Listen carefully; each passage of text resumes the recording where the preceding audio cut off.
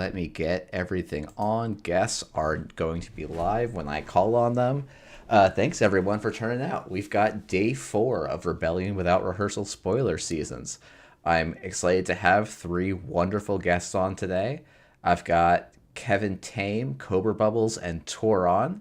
And I'm going to have them each give them a little introduction, say who they are, how long they've been playing Netrunner, and, I think today I'll have them say what their favorite faction is. So, Kevin, you're first on my list here, so if you want to give everyone a little heads up on who you are.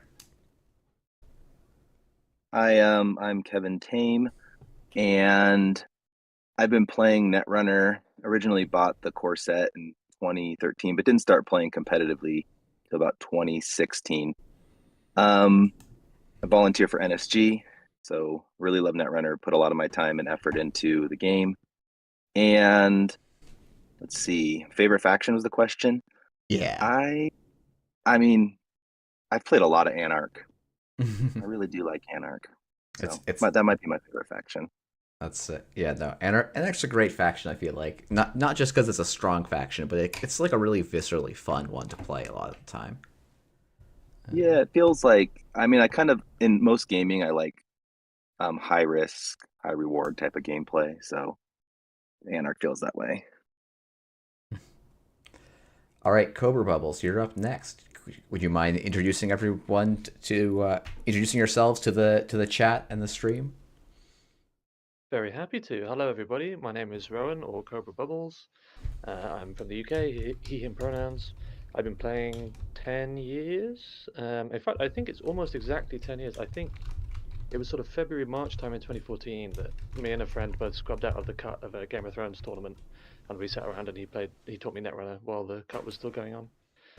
Yeah, almost exactly 10 years ago, which is fun. These days I play with EA Sports as my testing team, and I'm the lead editor at Null Signal. Which is to say I edit the stuff that goes on the website, not the cards. And so, as such, I've had a hand in previous season this time around, which has been really fun. Yeah, helping to put together the articles that you've all been reading on the site. So I saw all these cards, maybe 2-3 weeks ago for the first time. And it's been fun seeing everybody's reactions to them. Favorite faction changes for me quite a lot. I'm a bit of a shaper girly these days, I think. Been playing a lot of Lat. But if we can count Ob as a faction, then that probably takes the cake, I would say. Yeah, it definitely feels like a faction these days. All right, Toron, last but most certainly not least. What would you want to introduce yourself?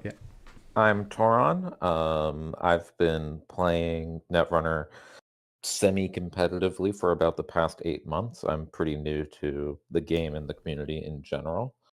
I've had a really good time getting into things and playing at a higher level over time and practicing to get better. My favorite faction is definitely Wayland. The faction that I actually play bounces around a lot, but the lore and flavor of Wayland being this megacorp that doesn't really have a specialty like the other megacorps, they're just big and they want to make money and they don't care, is really fun. And I enjoy their just no nonsense, suited pursuit of profit without regard to anything else.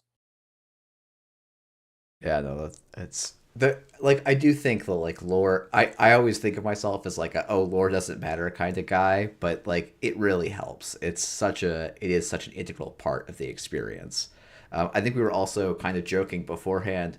You had been saying like, "Oh, I've played way too much Netrunner," and we compared, and we've played about the same number of JNet games. That you've played 8 months that I have recorded on JNet in whatever the last time was. JNet completely reset their stats. Which, boy, the slightly secret reason I started games in at every moment in the day. Yeah, and I'm kind of laughing because like, oh, partly the reason I started streaming was to make myself actually practice Netrunner some. But anyway, we are coming hot off the heels of Ba Ram Wu, who I've seen in the chat. who did a fantastic stream. He was very self-effacing in his comments earlier today here, but I think did a fantastic job discussing the 3 cards he was previewing. But you know, where these are the 3 cards we're going to be talking about today. So some of you may have jumped from Baramu's stream, had a snack, and then you're going to hit our stream. Then when this stream ends, I'm going to try and time it so that this stream ends as Neon Static goes live with the next set of 3 streams that will be talked about tomorrow on this show. But first up, I go numerically, not by impact, at least when doing a daily cast. So first up, I've got Helium Phora. This is a 1-cost, 1 MU program virus. It has Interrupt. Whenever you would access a card in Archives, you may host it face up on this program instead. It is not installed. Use the ability only once each time you breach Archives. When the Corp purges virus counters, they may trash 2 cards from When the Corp trashes virus counters, they trash 2 cards from HQ at random. Trash this program. And this is 2 influence. Even a Baron server can provide a feast if you are patient enough. So I'm going to throw maybe to Toron first. What are your initial thoughts on seeing this card? This card is super exciting. It feels really powerful, and it has a lot of different use cases. I think that the top part of the text in standard is pretty niche. It's mostly tech, probably against RH Punitive.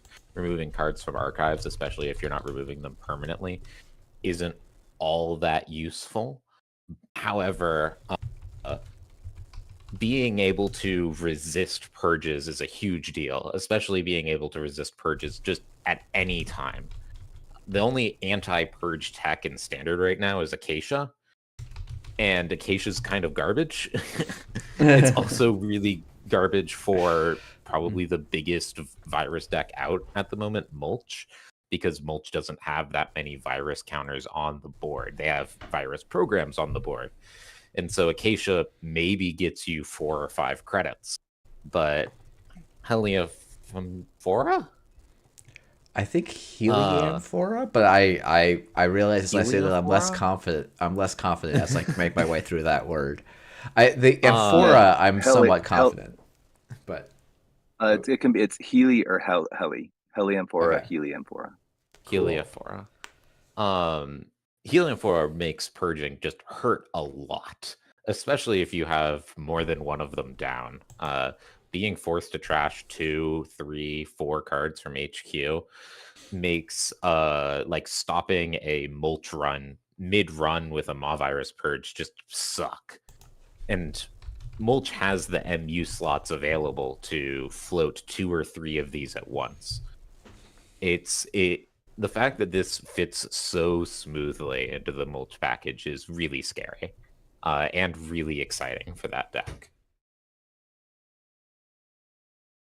CobraBubbles, I'll maybe go to you next as kind of what stood out to you first when you were looking at this card.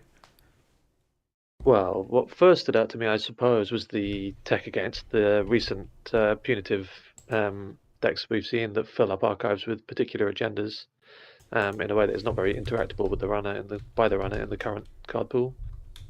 This card changes that single-handedly, and it's also, yeah, as Toron has been pointing out, it's tech for 2 different things at the same time, which is often a nice place for a cheap card like this to be. So I think it has a lot of interesting gameplay implications. But I really love the Katchen art on this. I think it's a really lovely kind of pseudo callback to the aquatic plants that we saw from Jinteki cards in the Borealis cycle. Yeah, Kind of similar color palette there, but on the other side of the table. And with, I mean, as I understand it, Helium Phora are primarily land-based plants. They're like the pitcher plants, those big kind of ones that look like jugs and that kind of eat bugs in a suspicious kind of way. But I really like that kind of callback, yeah, as I say, across the table to other art pieces. I think that works really well. And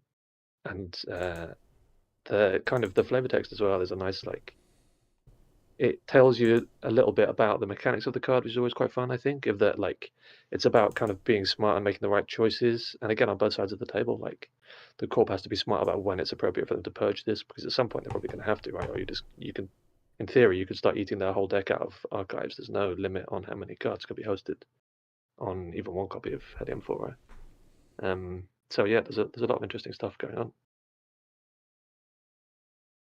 Yeah, and I guess Kevin, I'd love to hear your thoughts on this card as well. So I have to provide a little context before I go into this. Is that so? If those of you who don't know, I am the VP of product, so my department is making and creating cards. However, and I'm the tail end of the process as well, where I am actually creating the cards and putting them in the format that we need for printing and whatnot. And I rarely actually read the card text. And so in this moment, I'm trying to digest like what the implications of this is. But this seems crazy good. I mean, I keep thinking of like archive memories. Oh, not archive memories, archive interface. Is that what it was? Yeah, And Yeah. I didn't, that card just wasn't good. And so I'm kind of torn. I mean, I think I guess the cost of it was really prohibitive. This like making purges really painful for the corp. Oh my gosh, this isn't even unique. I just realized that. Okay, yeah. so this isn't unique. You can have multiple of these. It can hold multiple cards. Is this once per turn? Sorry, I'm asking all these like It kind is of not. logistical questions. It is Use once this per turn. ability only once each Right. time. Oh, you're right. It's once Each per time, breach. yeah. The same. Yeah. Oh. So you can go like all 4 runs there. Yeah, you can run archives 4 times, and if the corp is holding, 4 cards they need to recur to win the game, yeah, you can load up your Helium Fora and just say, haha, if you want these back in your deck somehow, you gotta forfeit some cards in your hand and then get them back. So this will be kind of fun in standard, obviously, but startup's going to be kind of fun too because, you know, Seamless is such an annoying card, when you're playing the runner because they recur it back and they do all this stuff. And if you can like ever get rid of that card or just hold on to it or make it just delay the game for those really fast HB decks, I mean, this is awesome. And what CobraBubbles was talking about, I mean, I just love the flavor on this. These pitcher plants, they're the whole idea is that they are sitting and waiting, right, for a bug to fall into them to trap them. And the flavor is just so good here. Like even a Baron server, which we often think of archives being this like nothing, it provides this feast that we can. It's just being patient for it. So I mean, I love this card. This card is sick. Yeah, it's a really neat card, and I think there's like, it's interesting. It's a card where it's like, yeah, it's got 2 interesting kind of niche effects. I feel like there's been other virus purge trap things in the past, and they've typically, maybe I'm trying to think though, only Acacia is springing to mind. Um, and like those tend to be pretty niche. And Archives interface was so niche it saw no play, though something like Solset Slums saw like quite a bit of play. And It was cheaper though, and you had so much more utility than yeah. like archive interface. Like just yeah. Thank you, Game of Droids. I knew there was another one out in the card. Fester is apparent. Oh yes, whenever the core purges virus counters, they lose 2 credits if able. Yeah. So this is that Fester also non-unique, I guess. I think 2 cards is a significantly bigger cost than 2 credits. Though at least this does trash its Helium 4 does trash itself. When do you put this down? I have a question of like when do you put this down? Like you can't put it down early, right? Because well, I guess and I guess how does the court play around this? Do they just get down to like no hand size or because sometimes corps are that way. Like I'm just trying to figure out how you play against this. That would be the Purge primary thing early. I would try to do as the corp. Get down to 0, preferably hand, and then trash. But that's, of course, like a huge ask. That's hard to do. Right. Yeah. Yeah, and some decks like PD, for example, which want to be holding onto their seamless so they can recur them continually, just really never want to be a 0 hand size. Yeah, it's Yeah. a really interesting question about when you play this card. I think like one of the most interesting things about it is the like multiple ways it interacts with Mavirus.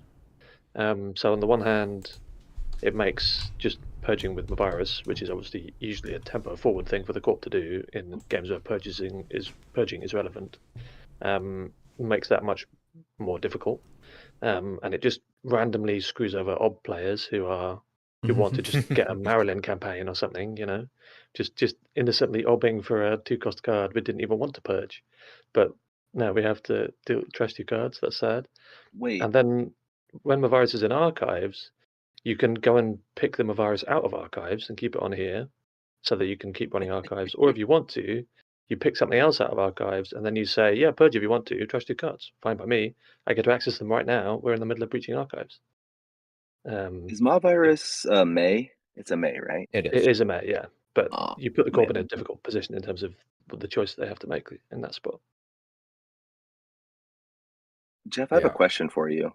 Does this like just good on its own, or does it like obviously it's going to synergize better with like other disruption cards, right? Like Yeah, any of the it's sabotage stuff, right? yeah, it's tricky. Like I don't know, if there's no other pressure for me to purge, I think most corps don't mind seeing this on the table by itself, right? Like, yes, there are some corps that want to recur cards from the heap, but usually they're already doing that with spin doctors in like a timely fashion that happens before access kind of thing. Or they can use their spin, like, this might put a little bit of pressure on them to use their spin doctors at slightly suboptimal times. I think this card becomes more annoying when you leverage it with, cards like, Botulus or Audrey, um, where, the corp sometimes, or Oh, you even, want to purge those. yeah, so it's like, I don't think Helium 4 to me represents a threat on its own. It represents like, trying to make the corp pause and not purge your fermenters, your Audreys, your imps, your botuluses. And so it's like, it probably does push the calculus of, hey, when should the corp purge a little bit, from my perspective. I don't know how much that's like, it's like this always is the hard part when evaluating these sort of cards, is, well, when this is on the table, it's great. But if I'm looking to draw a card and I draw this, how often am I happy to see this in my hand? And I don't know what the answer to that is going to be. It might actually be in a lot of decks. This is a card you're pretty much always happy to draw. But that's kind of always my question when we see these cards with really interesting effects. Yeah, I mean we're kind of at an all-time high of like Mavirus being played, right? I mean, I think Yeah. arguably it's even being played more now than Cybernetics Virus Suite ever was, and that didn't cost influence. Yeah, no, for But sure. if that continues, then this card is just like it's just good in almost every matchup because you blank them Mavirus at best. Mm-hmm. The best situation for the corp is that they just decide to never purge ever again, and they never have to trash cards. But at worst, they have to make some really tough decisions about when to purge or whether to purge. Um, Obviously, that's certain metagame conditions. But the nice thing about this card, from a deck building perspective, is it does one thing that you can build around yourself. So it supports your virus game plan, and then it does one thing which is tech for something that the corp might be doing. So they might be doing Nightmare Archives poison, or they might be doing bacterial programming punitive. And so you get to staple those two effects together. So if you've built your deck around viruses, this card always does something, unlike, for example, Archives Interface. Mm-hmm. And then if you end up in a matchup where the other text is really good, then incredible, this is one of the best cards in your deck. And in other matchups, it still does something, which is just always a really powerful place for a tech card to be, I think.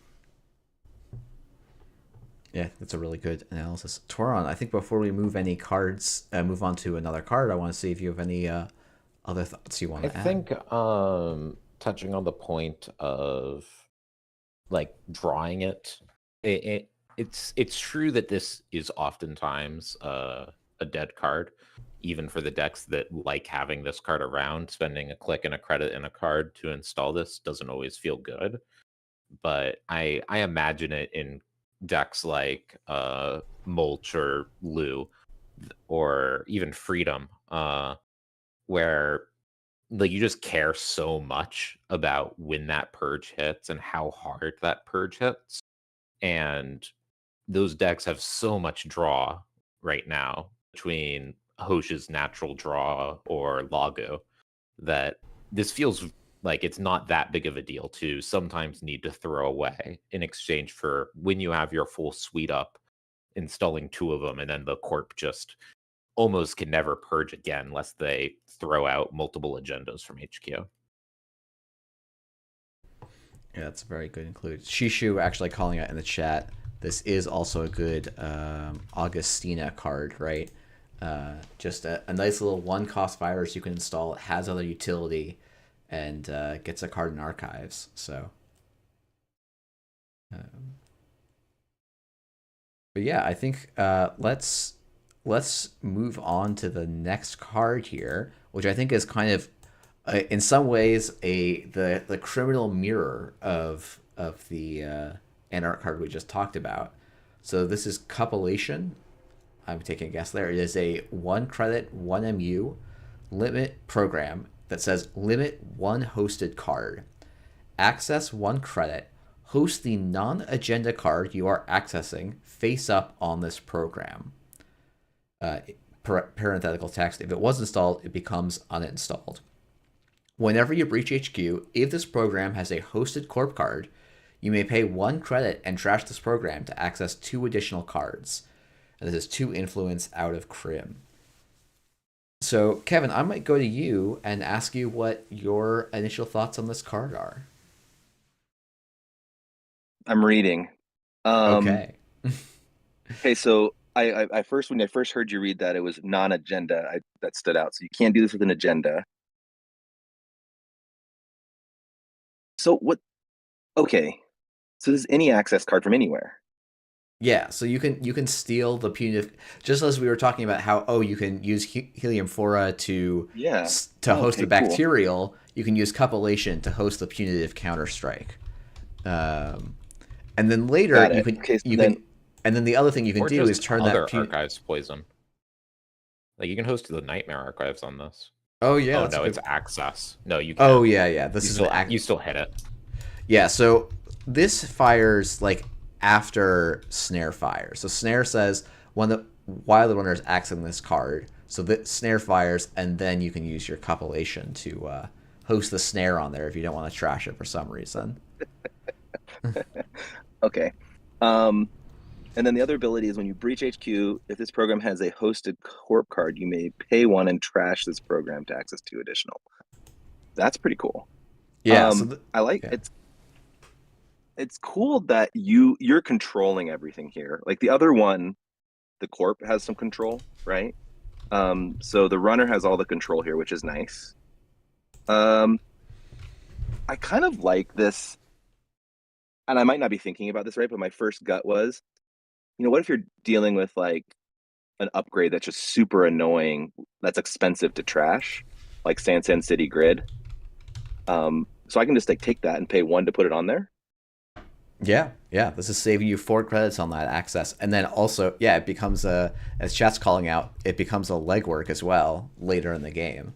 Yeah, I mean that's sick. So like there's what I love about the design of this card is that there's so much utility in both of these abilities, right? You can use it to trash something that's super expensive. You can, if you could put agendas on here, it would be busted. I totally get why that's like that condition. But you can put other win conditions, seamlesses, punitives, anything on here, and just like hold it there if you want. And this is cool. And so like So where I'm more familiar with is because I saw like the art process here. So can I talk about that for just a second? Oh, please. Um, I'm always yeah, honestly everyone loves to hear about art processes on these cards. Like it's takes our dime yeah, a dozen. Art processes are real scoops here. yeah. So the way it works is we have people from the art team and other people in the organization who write uh, these like briefs to send to artists. And compilation is a process of heating up metal really really high to be able to pull out the precious metal. So let's take silver for example. Silver is often combined with other things like lead, and so what they do is they heat it up really really hot so that the lead eventually oxidizes and go away, and then you're just left with the silver. You can see here the tongs are like reaching into the center of that cup to pull out like this highly refined extracted piece of data, right? So it's all this data that has like been refined to this little glowing dot, and that's kind of the theming behind this card. That's super It's kind of cool. fun. But no, It's this fun. card is awesome. Yeah. Torin, I might go to you next here on just your takes on this card. This card is certainly super exciting in that it can just straight up be an economy card as a form of a weak trashing support. You're not profiting a ton, but you're not profiting zero, which is really nice. And it's not a trash, meaning it doesn't trigger any of the anti-trash cards, especially against Ob, which might be on reality check. What's it called? Send a message. No, not send a message. Are you Whatever. thinking of Overseer Matrix? No, the bat. The bat retribution card. Yes. It's just actually called Retribution. Yeah. Anything Yeah. Okay. I think the trouble with this card is that it's a program though. Unlike a Anarch that's on that has +3 MU from their console. Criminal really doesn't have that much MU to spare. Mm-hmm. I just don't see Cupulation outclassing something like Chesva. And as a result, if you're going to be on Cupulation, you need to be really quick on getting its trigger. Essentially install access to trash and then immediately use it. I think that's the only scenario where I want to fit it into my Crim deck. That's I wish interesting. it wasn't a program. I kind of don't agree with that, if I may just Yeah, slightly please. contentious here. I think the fact that it's an installable card rather than another event in like Criminal often has this kind of card flow problem where you're drawing a lot of your different like utility events and you're trying to hold them all in hand for the moment that they'll be the most impactful, like your pinholes, your inside jobs, your legworks, what have you. And it's kind of just nice to be able to install a card and that does this kind of plays this kind of utility role. I think in Criminal we don't see that as often. But I think the MU issue is kind of it doesn't feel like a huge deal to me. I think it's manageable. Like even if you're just playing, a 1 MU console, you have 5 MU total. You can have 3 breakers and a Chesva and one of these floating, or you can have you can, as you say, just get it out of the way when you need to get out of the way. Like at most points in the game, you're pretty happy to just pay 1 credit and legwork. So like you're not that worried about when you have to ditch this, I would say. I think this card is great and really interesting. And actually, maybe my favorite thing about it, I do love the concept that Kevin's pointed out. When I first saw the card, I went and Googled what copulation was, as I'm sure a lot of people did. And thought that flavor was really nice. The refinement aspect of it is really really sings, I think, through the whole card. But maybe my favorite thing about it is just that Limit 1 hosted card is such a funny first line of text to have on a card to me. I read that far down the card. I was like, what is this? That's so exciting. I don't know why. That just really tickles me. I really enjoy that. But yeah, and the comparisons to Imp are really apt, I think. Like we've seen Imp get played across factions in lots of different ways over the course of its life in the game. And Imp is like where Imp like the Anarch faction as a whole is like higher upside, higher risk, right? Like you get more uses of this effect, but you only you are vulnerable to getting purged. Whereas criminal is precision. You only get to do it once per copy of compilation, but you get to do it. You get to remove exactly the thing you want, and then when you don't need to remove it anymore, you change tack and you go and do something else. In this case, access more cards. I think this card just plays well in a normal criminal deck. Like I would play this in Zaya, for example, who pays you back for when you get the legwork trigger, or even in table. I think this card is just good and playable in a lot of spots. Yeah, I want to shout out quickly question. a couple of Oh, go ahead. a couple of questions I'm seeing in chat that I want to just get to because I see them being answered, but I figure there are some people that listen to this as an audio medium. So the one question was, how does this interact with persistent effects? So if we look at something like Tucana, like this is persistent when the agenda is scored or stolen. Persistent triggers if the card is trashed. Hosting on compilation uninstalls the card, but doesn't trigger the persistent keyword. And so if you compilation the Tucana and then steal the agenda out of the remote, you don't get the corp doesn't get their Tucana trigger. So this is a way, unlike Imp, to actually bypass that trigger in theory. And I think there was another question, which is, can you host a second card on here, trashing the first one? You cannot. I don't know the technical reason why, but Rules has informed me that once this is hosting a card, you cannot activate the ability to host another card on it because that would be, I guess, a non-legal target or something. But Kevin, you had another question, so I want to turn it over to you. So my question is like sometimes I feel as criminal, like with those legworks and stuff, like HQ just becomes like really hard to get into after a while if a corp is like turtling down and stuff, and just like turtling up, I should say, and just like really hunkering down so that you can't get in. Is this top ability good on its own? Does it feel like it's good on its own? I think yes. I think it's similarly to Helium 4. It's like I don't know that either of the abilities are good enough on their own. Like we're not seeing very many legworks actually played in criminal decks at the moment. Of when you have options like Twinning and Wake Implant instead for your multi-access. But yeah, I think the second, because you have the second ability on the card, you get to put this card in your deck, and then even if you never use the second ability on the card, it's still, you can still do things that are relevant in a game. Like for example, I just actually in my team's last round in the Fight Night competition that's still ongoing, I played the Yantuno's so-called Grudge Ob deck from the CBI, which is a deck that runs a lot of cards that protect against trashing. So you have hostile not infrastructure, hostile architecture, and wake up call, things like that care if they run a trashed cards. So in a game like that, yeah, the legwork's probably not going to be very good because they don't have very many agendas and they tend to cycle them out of HQ pretty quickly with drudge work. But you can just go and pick up the hostile architecture, take it off the table, and then your Miss Bones is free to run around trashing all their stuff without taking damage. So I think it depends on the matchup, but generally speaking, I would say the first ability is good enough. You wouldn't put it in your deck necessarily if it was just the first ability, but you get to put it in your deck because it has both.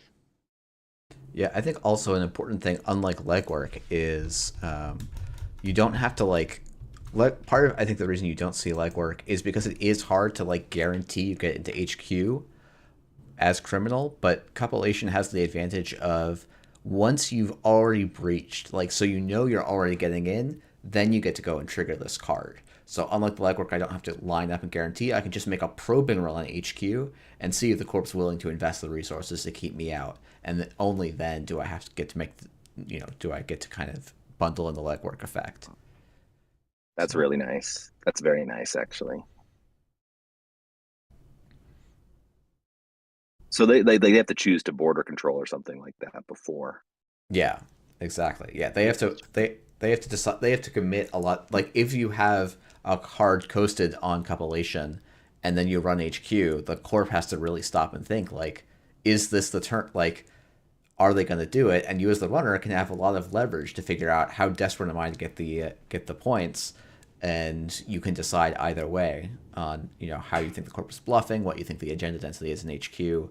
I think the second effect is probably the more powerful. Well, I have a hard time saying which effect is more powerful. I do think people are. Oh yeah, Celestial Spark calling out. You can combo this with something like an inside job as well. So, legwork.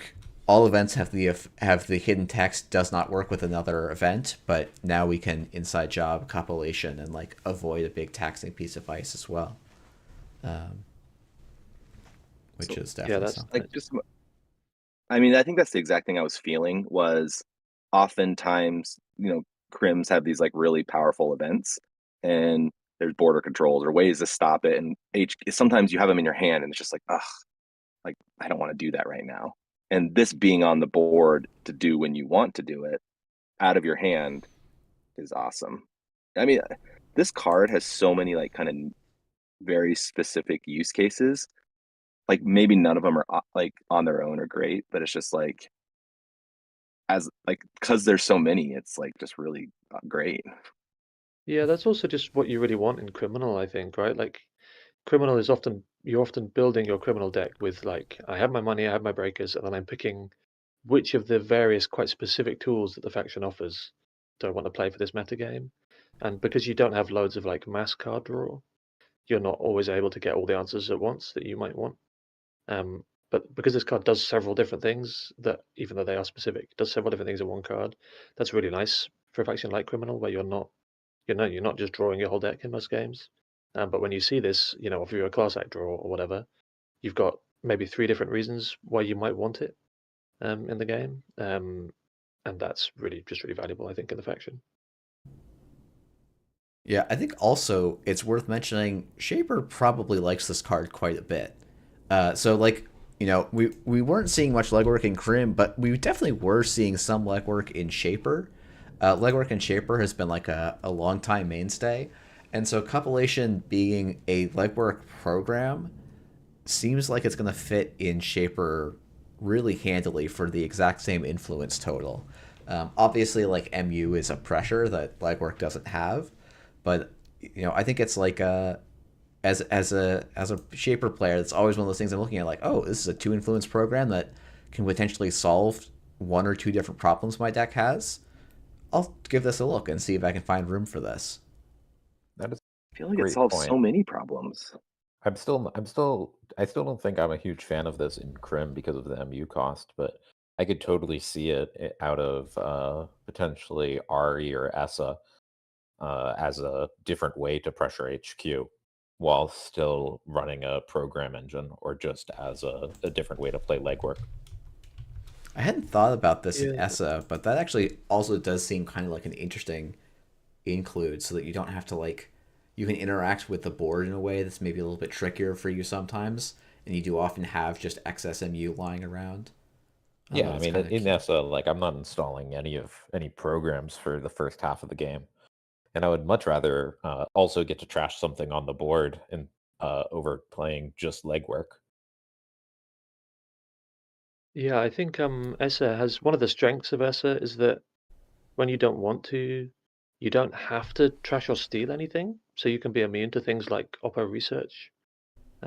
Like when in the Continental season, myself and several of my meta were playing ESSA because there was a lot of R plus around, and this was before they started playing Amani Sanai, which makes that a lot harder for ESSA.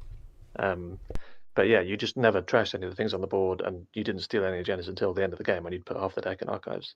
And so you almost never got Oppo researched.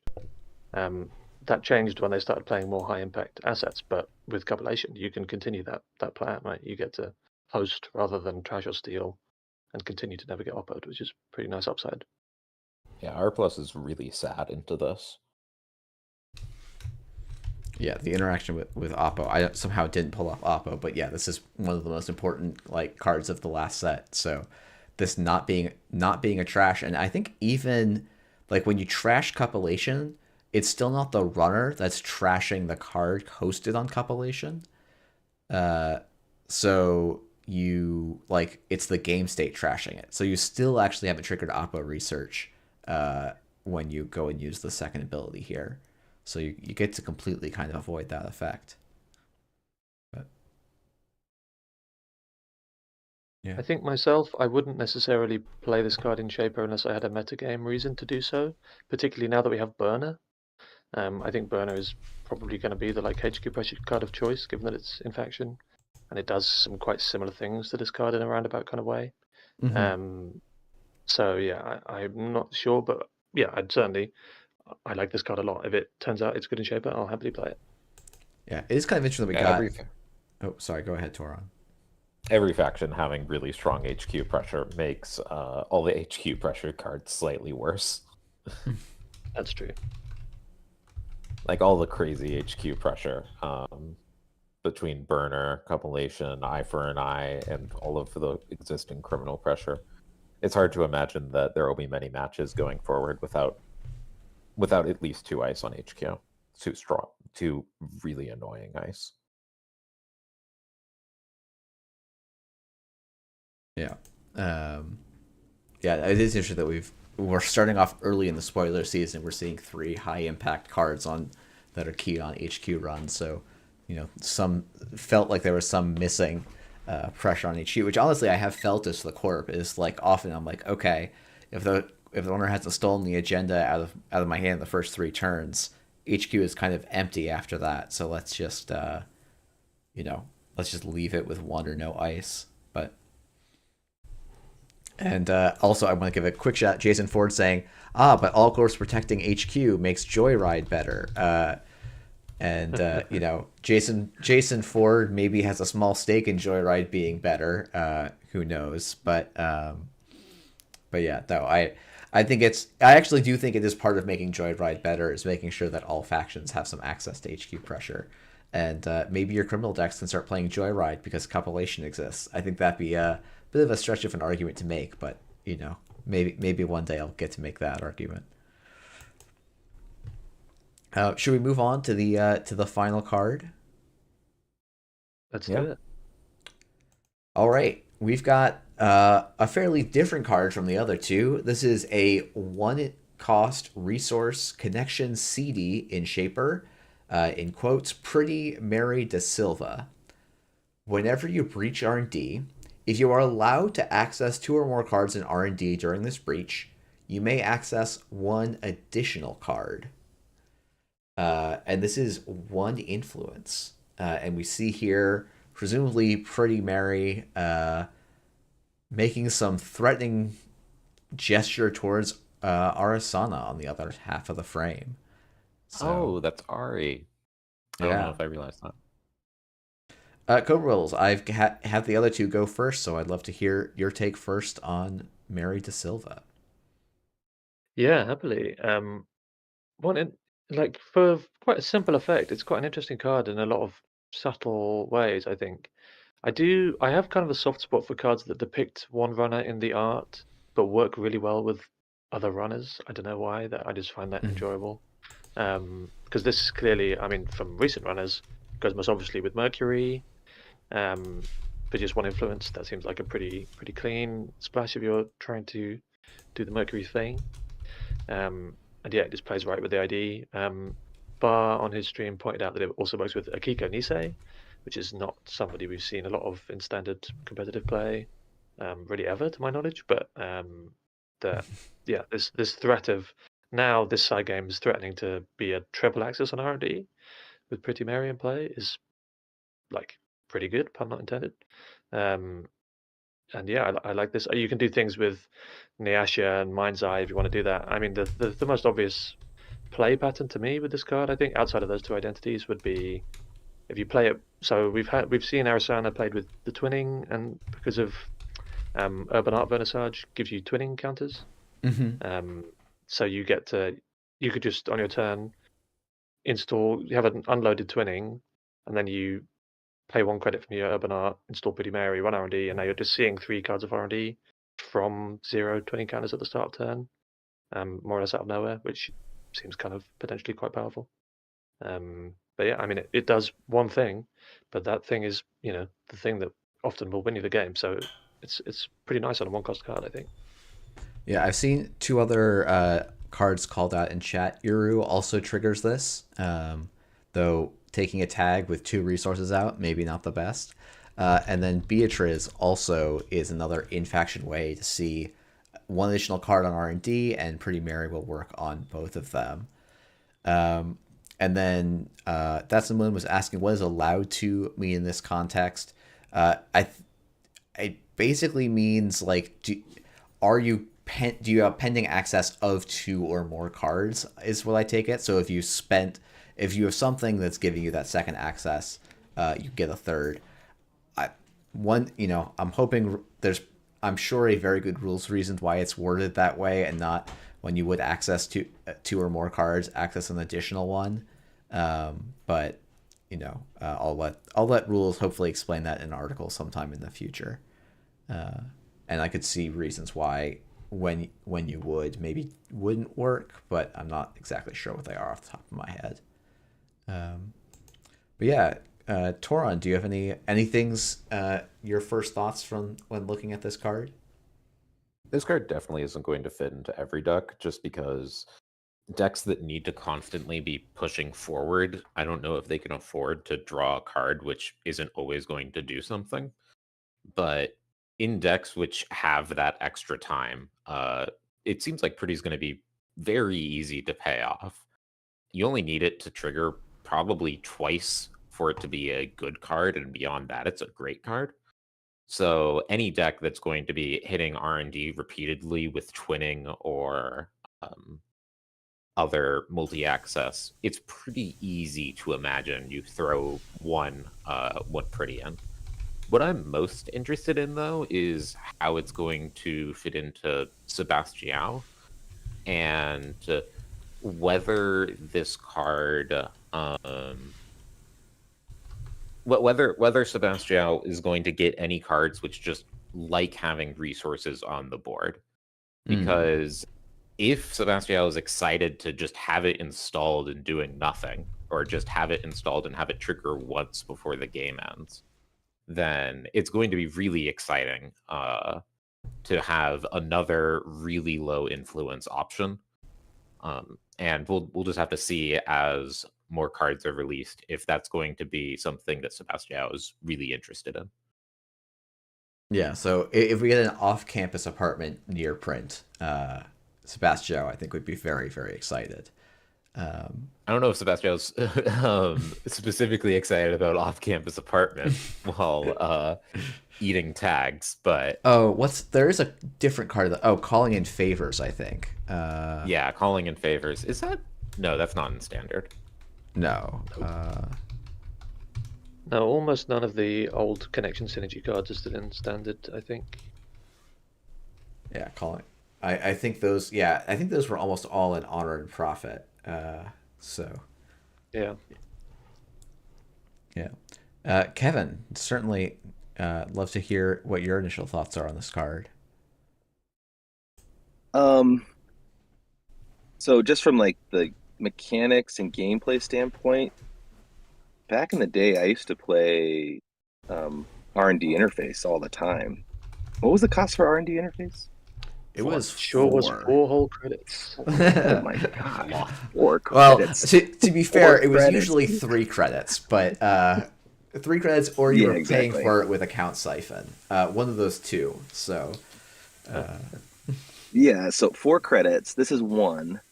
It is unique, so, and it has like this other condition. You have to have other ways of getting access. But like, there's lots of ways. R&D interface. There you go. Coming there's to a dawn there's so many near you. ways. Yeah, so there's so many ways to get extra accesses. I think this just and the single influence is a good card. Yeah. Oh, jailbreak. Yeah, jailbreak is another kind of way that you can get this. Ooh. I'm unsure. Yeah, I'm unsure about this card yet. Like how good it will be, and because the issue always in Netrunner is slots, right? Yeah. And what are you giving up? But I like it. I mean, it's just a cheaper way to get more accesses, and that's what wins you the game.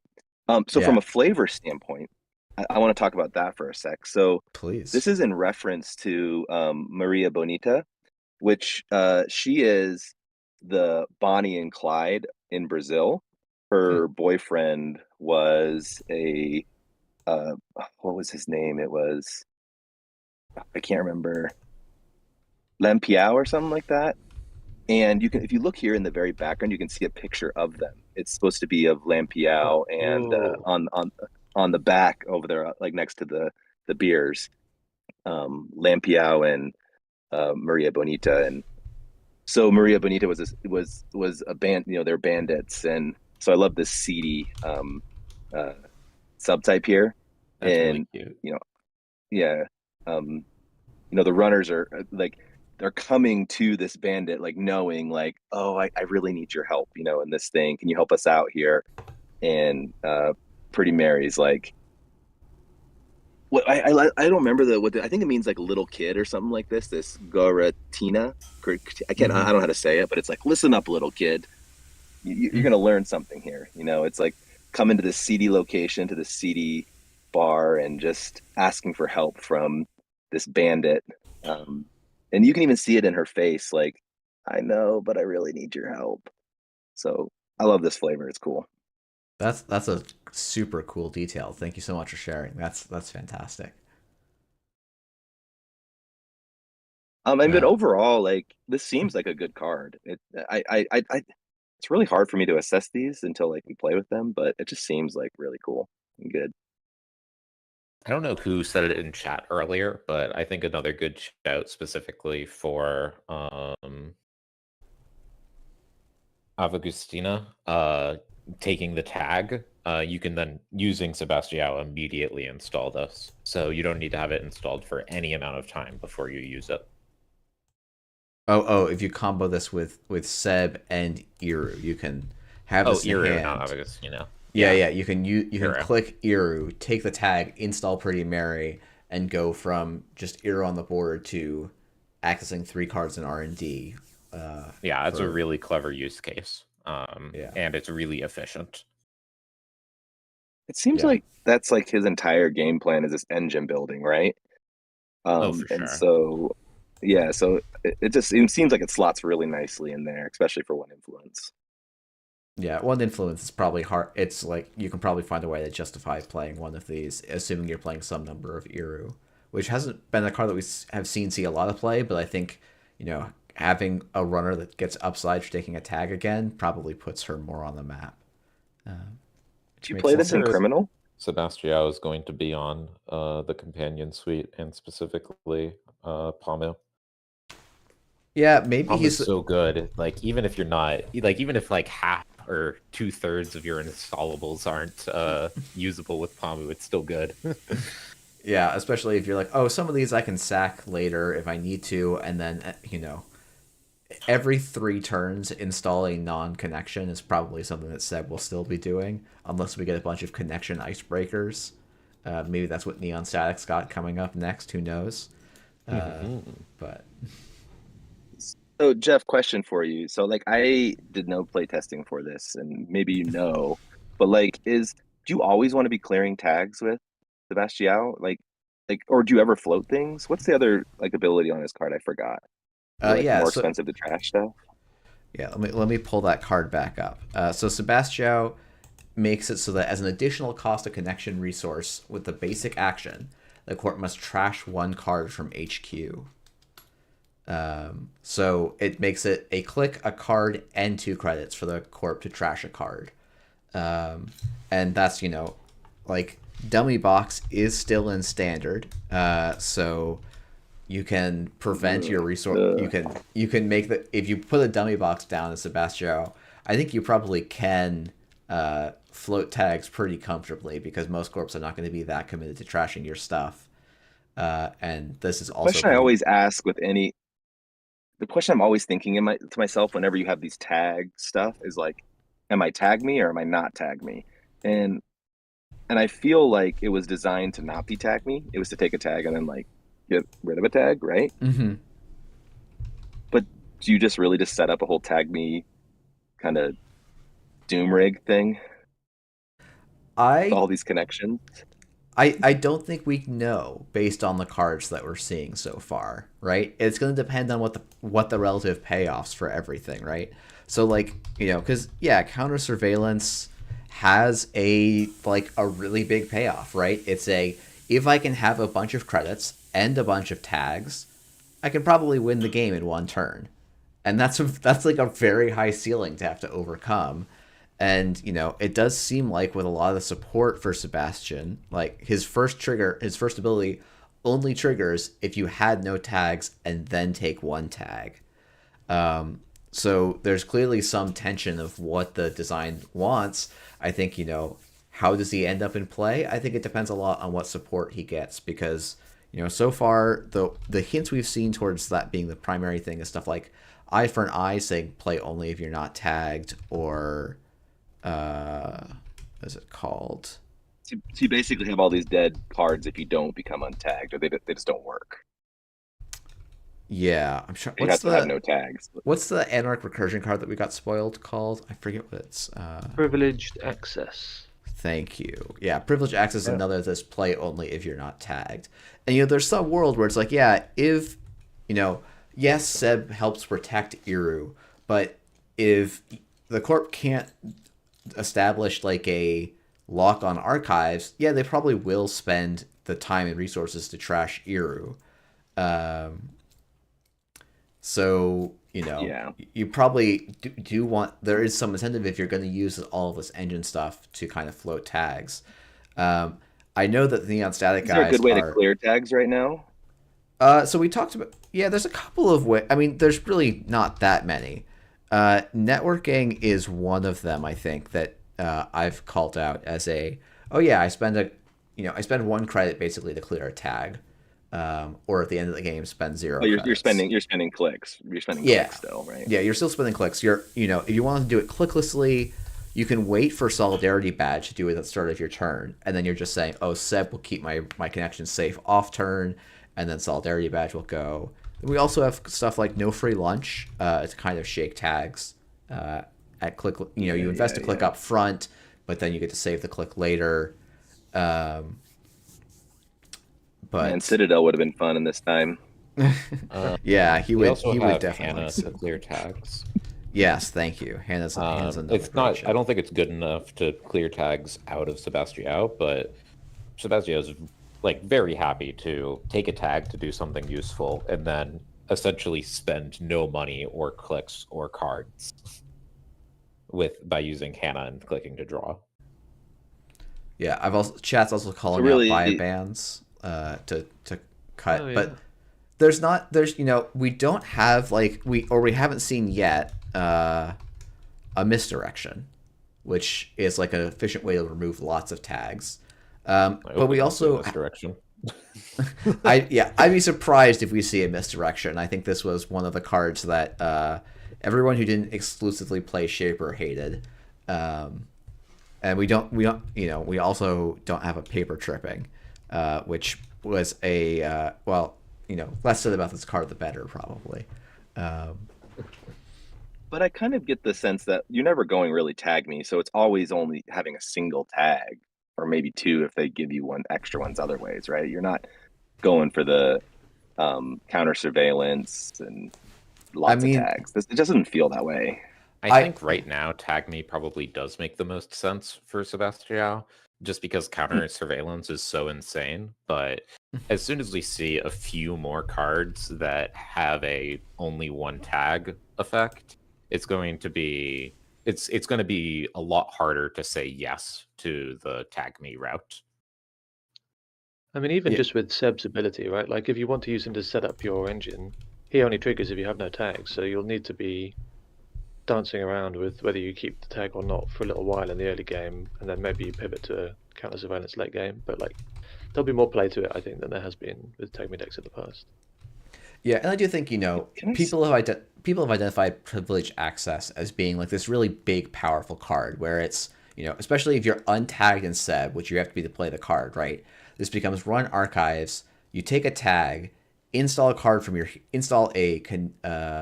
resource from your heap paying 2 less, install a program from your heap, and install a connection from your hand paying 2 less. So there's a lot of incentive to go from 0 tags to 1 tag off of the cards that we're seeing in the card pool.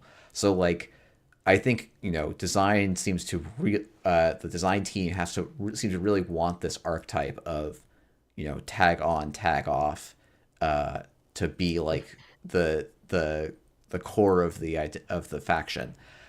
With the cards we've seen so far, I'm probably gonna just try playing Tag Me, and like play one Privilege Access, one Eye for an Eye. Just be like, oh, if I get these early enough in the game, great. If I don't, whatever, right? But you know, the Neon Static guys who are coming on in literally any minute now will be hopefully rounding out our stuff a little bit. Let me make sure that they're not already live, but I'll keep an eye on that. But while you're checking that, Jeff.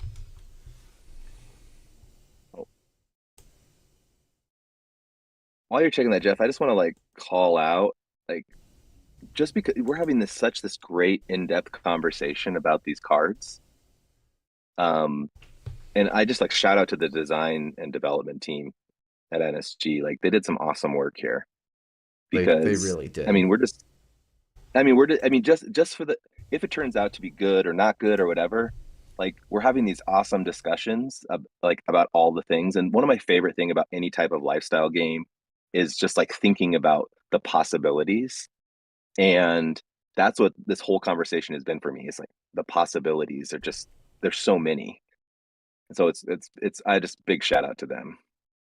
I 100% agree. NSG has been these cards have really been showing off how good and consistent at design they've gotten, which is just really impressive stuff. Yeah, agreed. You're right, Kevin. The like talking about the game is half the game in a way. So that's always really fun to do. But also, it's just such a delight, even tangentially, to be involved in the work NSG does and bring these cards to life and keeping this game alive. I think, yeah, seeing these cards for the first time a few weeks ago was really fun for me, and getting to put previous season together has been really fun. And yeah, as well as shout outs to Dev and Design and Narrative and Visual as well, who make the cards. And of course to you and your team, Kevin, who get them in people's hands. I'd love to shout out Mike, who's in chat, I think, Manvarupt, who does most of the organizing for preview season. Has put together a lot of this hype that means we get to talk about fun cards in a fun way. And also to our mystery new community manager, whose appointment will be announced on Wednesday, I believe, but who's already been helping out behind the scenes. As it has been really great. Yeah, there's a lot of great folks doing great stuff in NSG at the moment. Yeah, it's a wonderful time to be playing and talking about this game. Yeah, no, it's been a great time. So Neon Static says they're going to be starting at 7:15. So we can either, I don't want to make us kill I don't need to make us kill 10, 15 minutes, but I would love to hear sort of, on this, what cards that you've seen are you most excited about, or what cards are you hoping for to be most excited about? And I'll start with Toron. You maybe have the easiest time answering this question, and then I'll go to CobraBubbles and Kevin. But I'm certainly most excited about the new Wayland identity. I mentioned being a fan of Wayland at the beginning, but I really haven't been playing a ton of Wayland. I've been playing a lot of PD. Because none of the Wayland IDs and decks have really excited me. I haven't been able to get super into them, but Nuvum is really cool and interesting and has a lot of potential in a way that really excites me. I've already started playing around with what kind of decks Nuvum is going to have, and being forced to play a 54 card deck is going to be really interesting and a really big challenge. But the trade-off you get for such a powerful ability, especially with the new ice that we saw, all of that is just crazy exciting. And I really want to get into a new Wayland ID and really love that. All right, CobraBubbles, I might go to you next. What are you most excited about? And it could be also, it doesn't have to be a card explicitly. Well, yeah. I mean, I'll shout out two things, I guess. I'm not going to speculate on cards to come because I've seen them, obviously. But I really enjoyed. I was catching up on last night's daily cast this morning, and hearing yourself, Jeff, and your other guests who were odd players get very excited about Descent. Really mirrored my feeling about that card.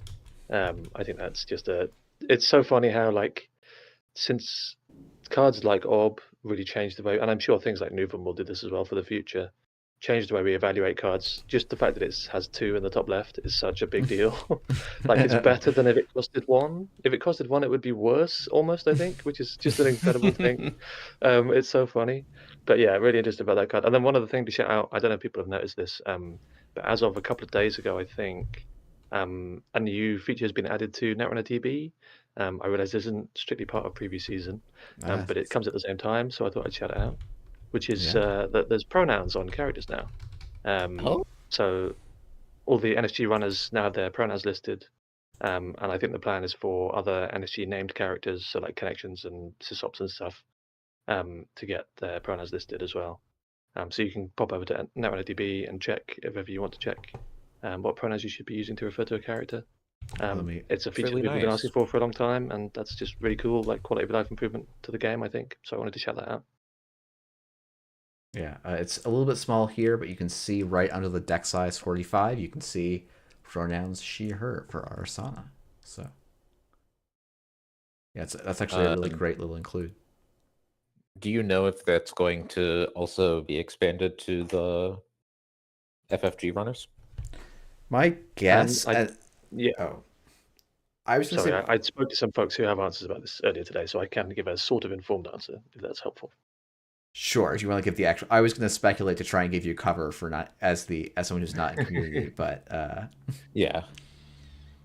Yeah, basically, as usual, the answer is we tend to avoid doing things with FFG cards generally, and also, they're just in terms of what actually was chosen for pronouns at the time versus what we might think somebody might identify as now, things like that are different, and there's also inconsistencies within the source material for FFG. So as I understand it, we're probably not going to try and get into all that, especially since all those cards will be rotating out of the most played formats by the end of the year. Most played, so I he says probably very not. carefully, as one of the people responsible for breaking open Eternal earlier this year. But the 10 of us who care, we'll continue to think about this, I guess. Hey, yeah, I mean, we didn't even talk about Eternal once on this stream, Jeff. Maybe we need to work on that. Is Compilation? I wonder if Compilation could be an Eternal card, but that might be for another stream. Yeah, the Anarch card feels like it should be good in Eternal. Getting to deal with flipping all of Industrial Genomics cards and archives without taking 50 damage feels pretty good. Maybe we'll have to do that's true, actually. Maybe CobraBubbles will have to do a stream of you, me, Anarcho, and Wowerlock after the release, and just go, here's what these cards mean for Eternal, the weirdest format of all. But that would be great. Yeah, just caution if you invite Warlock, he might break the game in half again. Yeah. Well, I want him to do it on stream so I don't get surprised by it at Worlds this time. Smart, very smart. And Kevin, I want to throw to you last here for things you're most excited about for the spoiler season. So for this spoiler season, for this set particular, I think it can be set release too. Yeah. So to me, a really exciting thing, I mean, IDs, I think are some of the most fun things that come out of sets.